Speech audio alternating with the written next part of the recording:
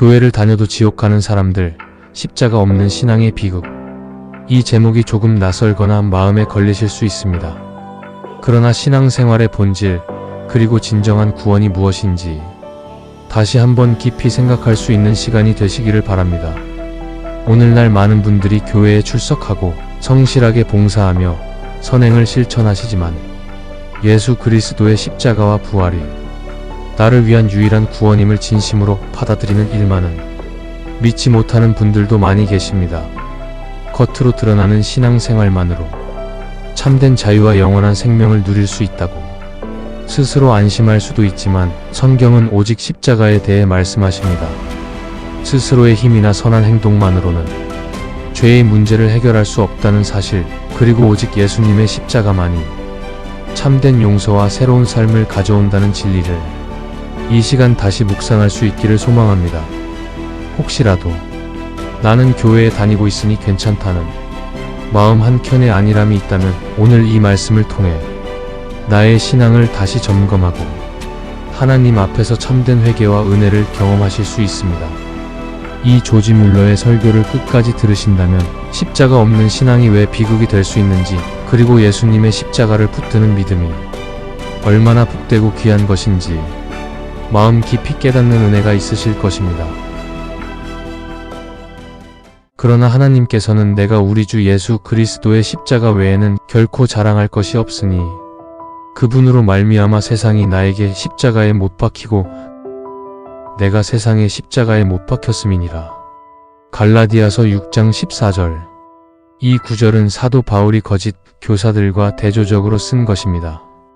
거짓 교사들은 외적인 의식, 외적인 형식과 예식, 그리고 죄인들의 구원자이신 우리 주 예수님이 오실 때까지 일시적으로만 의도되었던 모든 모세의 계명, 율법의 행위를 자랑하고 기뻐했습니다. 이제 사도 바울은 이러한 거짓 교사들과 대조적으로 결코 그럴 수 없다라고 썼습니다. 구약이나 신약에서 이 구절을 발견할 때 항상 이것이 의미하는 바입니다. 결코 그럴 수 없다. 저 사도 바울도 그 거짓 교사들처럼 이것에 대해 자랑하고 기뻐해야 합니다. 우리 주 예수 그리스도의 십자가 외에는 결코 자랑할 수 없다. 주 예수 그리스도의 십자가에서 그는 자랑하고 기뻐할 것입니다. 이제 우리가 가장 먼저 물어야 할 것은 그리스도의 십자가란 무엇인가? 입니다. 교황주의자들이 십자가를 긋는 의식을 의미하는 것이 아닙니다. 십자가를 긋는 의식 자체가 십자가의 의미가 아닙니다. 십자가를 장식으로 착용하는 것도 주 예수 그리스도께서 달려 돌아가신 십자가를 상징하는 큰 구조물을 가지고 다니는 것도 아닙니다.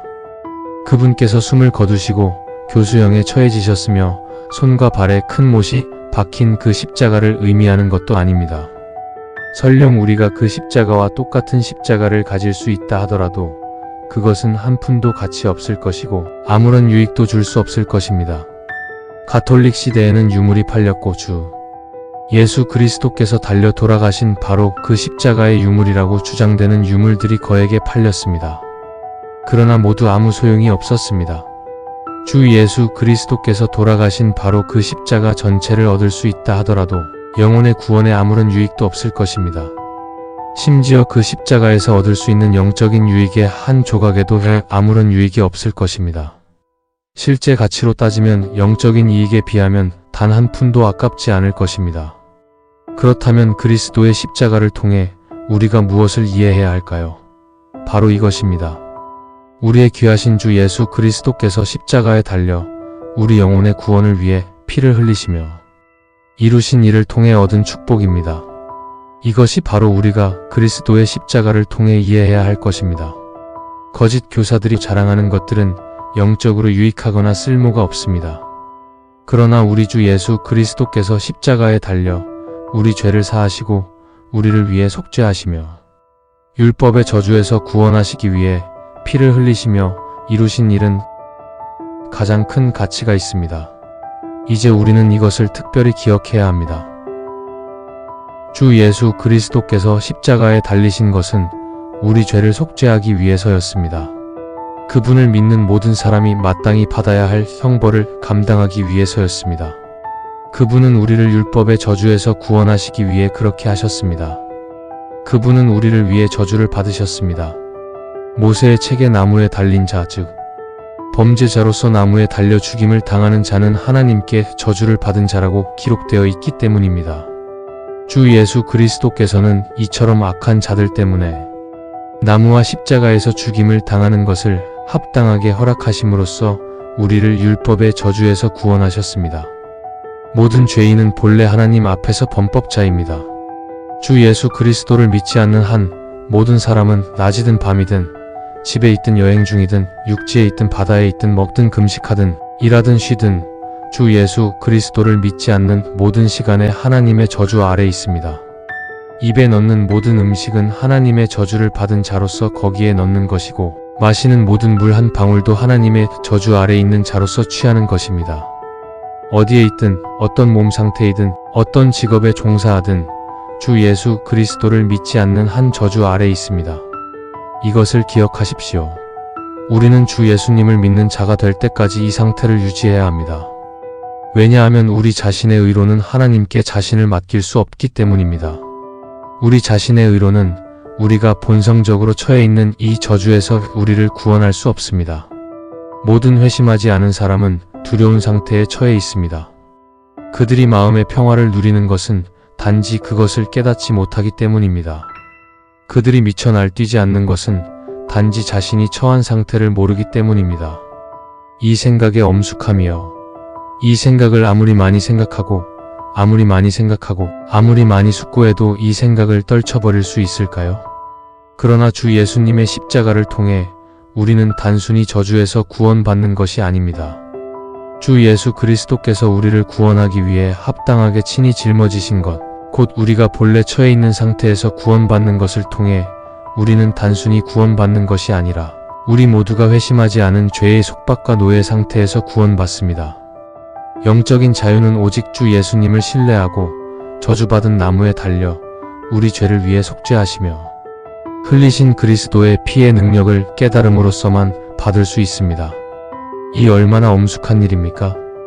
우리는 우리의 본성에서 더 나은 사람이 되려고 노력하고 하나님의 뜻에 어긋나는 것으로 보이는 이것저것을 제쳐두려고 노력합니다. 우리는 우리의 본성에서 우리가 있는 그대로의 상태에 머물 수 없다는 것을 깨달을 만큼 충분한 빛을 가지고 있을지 모릅니다. 그리고 이 때문에 우리 자신을 더 나은 사람이 되려고 노력할 수도 있습니다. 하지만 우리가 그리스도를 믿기 전까지는 죄의 속박과 속박에서 스스로를 구원할 수 없습니다. 저는 젊은 시절, 어린 시절부터 성직자가 되기 위해 교육을 받았지만 하나님의 일에 대해서는 부주의하고 무모하며 무관심했고 성경은 한 번도 읽지 않았으며 이 악한 세상에 온갖 어리석음과 경솔함 속에서 살았습니다. 먹고 마시고 새 옷을 입는 것에만 관심이 있었고 극장과 무도회장, 카드 테이블, 당구장에 가는 것에만 관심이 있었습니다. 이 모든 것에는 제가 온통 관심이 있었을 뿐 하나님과 그분의 귀한 말씀에는 관심이 없었습니다. 그럼에도 불구하고 그러한 상황에서도 1년에 2번 성만찬은 형식적이고 관습적인 행사로 치러졌습니다. 어떻게 이런 일이 일어났을까요? 진심이 부족해서가 아닙니다. 이런 식으로 행하는 것이 어떤 의미에서는 어리석다고 생각했지만 저는 허물과 죄로 죽어 있었습니다. 제 안에는 영적인 생명이 없었습니다. 거듭나지 않았습니다. 그래서 저는 마귀에게 쉽게 넘어갈 수 있는 존재였습니다. 마귀는 저를 마음대로 유혹하며 이것저것 하라고 명령할 수 있었고 저는 본능적이고 육적인 생각 때문에 기꺼이 그렇게 했습니다. 그러나 그리스도의 보혈의 능력을 알게 된 순간 저는 완전히 달라졌습니다. 어느 날 저녁 작은 기도 모임에서 하나님의 은혜로 제가 죄인이며 그리스도께서 죄인들의 구세주이심을 깨달았습니다. 그 작은 모임이 열린 집에 들어갔을 때 저는 하나님으로부터 최대한 멀어진 사람처럼 보였습니다. 하지만 저는 행복한 그리스도인이 되어 그 자리를 떠났습니다. 그날 밤 저는 용서받은 죄인으로서 침대에 편히 누워 있었고 그 주제에 대해 단 한 사람도 저와 대화하지 않았습니다. 저는 즉시 하나님 아버지께 기도드렸습니다. 하나님 아버지, 저는 더 이상 극장에 가지 않고 무도회장에 가지 않고 카드 테이블이나 당구장에 있지 않을 것입니다. 저는 이것들보다 훨씬 더 나은 것을 알고 있습니다. 당신께서 저를 당신의 행복한 자녀로 만드셨습니다. 저는 이제 당신을 위해 살고 당신께 영광을 돌리기를 소망합니다. 하늘 아래 단 한 사람과도 대화하지 않은 채 말입니다. 저는 즉시 성령님으로부터 하나님 아버지께 이 말씀을 드리라는 지시를 받았습니다. 이제 저는 영적으로 자유로운 사람이 되었습니다. 전에는 20년 5주 동안 죄의 노예였습니다. 이제 저는 그리스도를 믿고 거듭나 하나님의 자녀가 되었으며 모든 것이 끝났습니다. 자, 이제 제가 하나님께 맹세했던 맹세가 허사로 돌아간 것을 보십시오. 제가 거듭나지 않았기 때문입니다. 저는 그리스도를 믿는 사람이 아니었습니다. 저는 제 힘으로 제 자신을 변화시키려 했고 모든 것이 허사로 돌아갔습니다. 그러나 제가 그리스도께 나와 주 예수 그리스도를 믿는 자가 되었을 때 저는 영적으로 자유로운 사람이 되었습니다. 그리고 그리스도를 믿는 믿음을 통해 죄를 이길 능력을 얻었습니다. 이제 저는 영적인 생명을 얻었고 귀하신 주 예수 그리스도에 대한 사랑과 감사로 이전과는 완전히 다른 삶을 살도록 하셨기 때문입니다. 이제 우리는 그리스도의 십자가를 자랑하고 그리스도의 십자가를 자랑하며 주 예수 그리스도께서 십자가에 달리셨을 때 죄인들을 위해 행하신 일을 기뻐해야 합니다. 그분께서 그들의 죄를 속죄하셨고 이로써 그들이 영적으로 자유로운 사람이 되도록 하셨기 때문입니다. 그분을 믿는 믿음을 통해 그들은 거듭나고 영적인 생명을 얻고 죄에서 자유로워집니다. 이제 특별히 이 문제에 대해 깊이 생각해 봅시다. 곧 우리는 그리스도의 십자가를 자랑하고 그 안에서 우리의 자랑을 삼아야 합니다. 우리에게는 우리 자신의 선함도, 우리 자신의 공로도, 우리 자신의 의로움도 없습니다. 성경에서 우리의 선행과 행위는 더러운 누더기에 비유됩니다. 그 모든 것에는 죄가 관련되어 있기 때문입니다. 따라서 우리 자신의 선함, 공로, 가치, 그리고 의로움으로는 자랑할 수 없습니다. 그러나 주 예수 그리스도께서 불쌍한 죄인들을 위해 행하셨고 지금도 행하고 계신 일로 우리는 자랑할 수 있습니다. 왜냐하면 주 예수 그리스도를 믿는 믿음을 통해 그것이 우리의 것이 되기 때문입니다. 첫째, 모든 영광은 하나님께 속하며 우리에게는 영광의 작은 조각 하나도 속하지 않습니다. 우리의 존재와 소유는 모두 우리 주 예수 그리스도 안에서 그리고 그리스도를 통해 소유합니다. 우리 자신 안에는 아무것도 없습니다. 주 예수 그리스도께서는 자신이 이루신 일을 통해 우리에게 영적인 생명을 주셨습니다. 허물과 죄로 죽었던 우리는 그분을 믿는 믿음을 통해 영적인 생명을 얻었습니다. 그리고 아직 주 예수 그리스도를 믿지 않고 허물과 죄로 죽은 모든 이들에게 애정 어린 말씀을 전합니다. 여러분 안에는 영적인 생명이 없습니다. 주 예수 그리스도를 믿기 전까지는 여러분 안에 영적인 생명이 있을 수 없습니다. 그러므로 허물과 죄로 죽은 여러분은 이미 죽었기 때문에 자신을 더 좋게 만들 수 없습니다. 죽은 사람이 자신을 더 좋게 만들 수 없는 것처럼 그리스도를 믿지 않는 한 여러분 자신을 더 좋게 만들 수 없습니다. 그러므로 하나님께 여러분이 죄인임을 보여달라고 간구하십시오. 그리하여 기도를 통해 하나님 앞에서 그 사실을 인정할 수 있도록 하십시오. 그리고 하나님 앞에서 그것을 인정한 후에 구원을 위해 주 예수 그리스도를 신뢰하도록 도와달라고 그분께 기도하십시오. 그러면 당신은 거듭나서 영적 생명을 얻을 것입니다. 주 예수 그리스도를 믿는 이 믿음을 통해 우리는 죄사함을 얻습니다. 우리의 수많은 허물은 모두 용서받습니다. 주 예수 그리스도를 믿을 때 즉시 용서받습니다. 우리는 우리 자신의 행위로는 이 용서를 얻을 수 없습니다.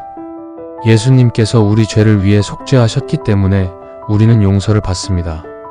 예수님께서 우리 대신 하나님의 율법, 하나님의 계명을 성취하셨기 때문에 우리는 그분을 신뢰하며 의롭다고 여겨집니다.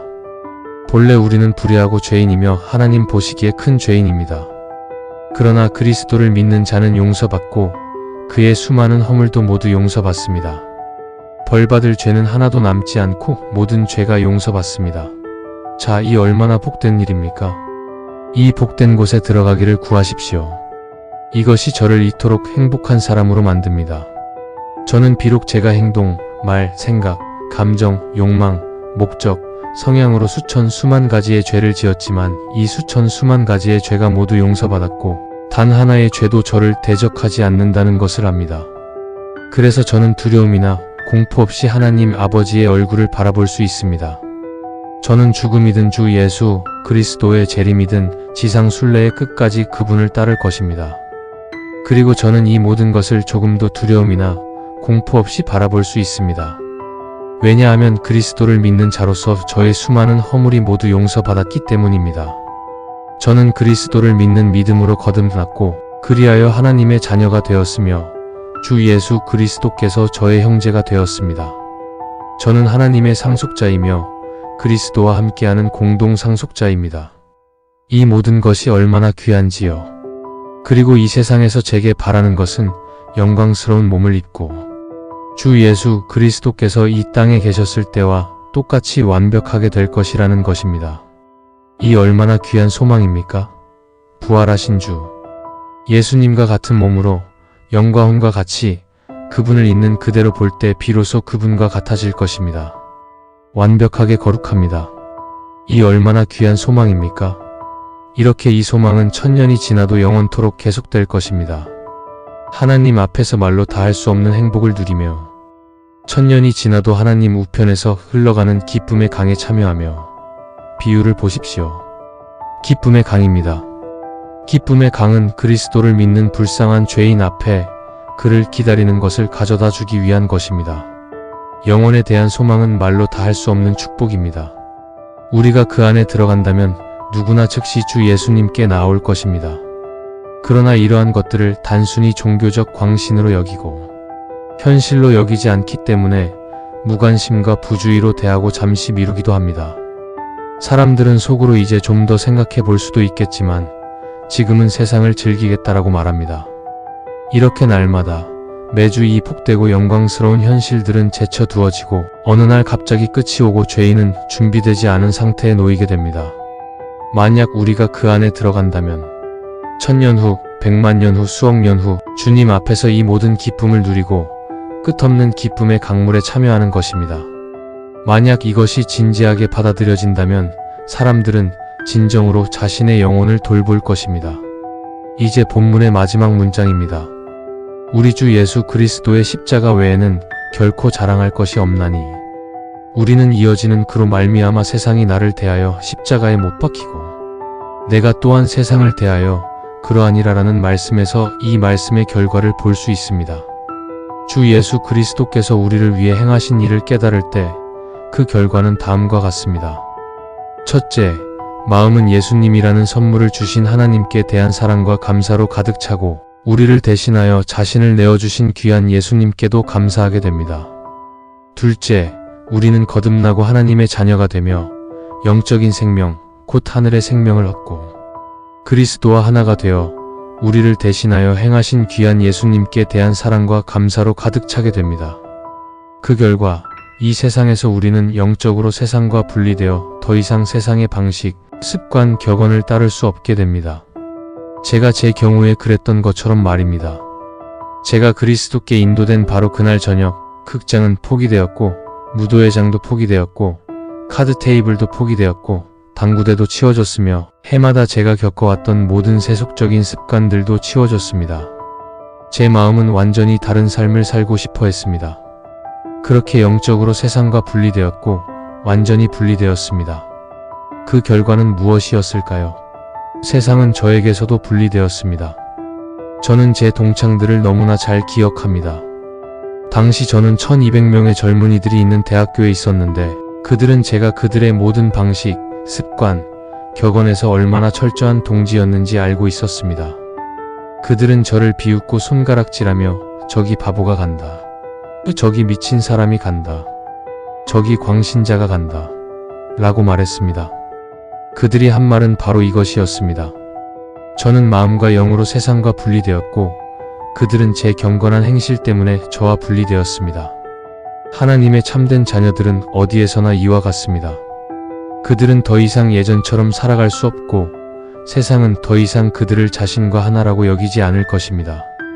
그들은 세상과 분리되고 세상은 그들에게서 분리됩니다. 그들은 더 이상 세상의 것들에 관심이 없고 세상도 더 이상 그들에게 관심이 없습니다. 마치 십자가에 못 박힌 죄인이 십자가에 매달려 있는 것을 그들이 신경 쓰지 않는 것처럼 말입니다. 이것이 바로 양쪽 모두의 결과입니다. 마음속에 참으로 그리스도께서 계시는 것입니다. 세상과의 분리는 그리스도께서 마음과 삶과 행동에 참으로 거하실 때 이루어집니다. 세상은 그런 사람에게 관심이 없습니다. 세상은 그런 사람에게 등을 돌립니다. 그는 바보, 광신자, 미치광이, 광신자이며 세상은 그와 아무런 관계도 맺지 않을 것입니다. 이제 한마디 더 해보겠습니다.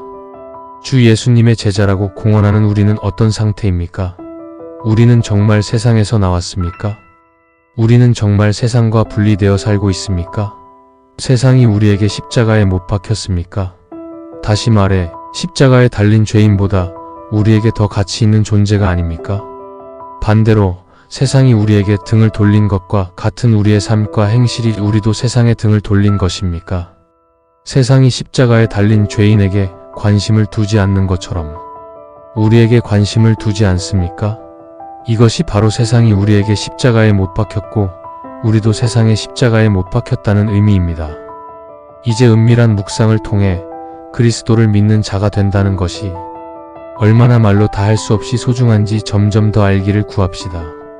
주 예수 그리스도께서 우리 곁에서 그리고 우리 대신 행하신 일을 묵상하며 은밀한 가운데 자신을 드러내기를 더욱 구합시다. 그리하여 우리 마음이 그 귀하신 분께 대한 감사와 사랑으로 점점 더 충만해지기를 바랍니다. 특히 우리 영혼의 가장 깊은 곳에서 우리는 스스로를 구원할 수 없으며 우리의 어떤 선함도 우리를 천국으로 인도할 수 없다는 것을 확신합시다. 우리 자신의 선함은 우리를 지옥으로만 이끌 뿐 천국으로는 이끌 수 없습니다. 우리는 우리의 모든 선함이 하나님 보시기에 더러운 누더기, 즉 우리 자신의 의로움과 같다는 것을 인정해야 합니다. 그러나 우리가 그리스도를 신뢰한다면 저주에서 구원받습니다. 우리는 거듭나고 영적으로 자유로운 사람이 되며 하나님과 함께하는 능력을 가지고 있습니다. 그리고 그리스도를 믿는 믿음을 통해 죄를 이길 수 있는 능력을 가지고 있습니다. 하나님께서 우리에게 이 축복을 허락하소서.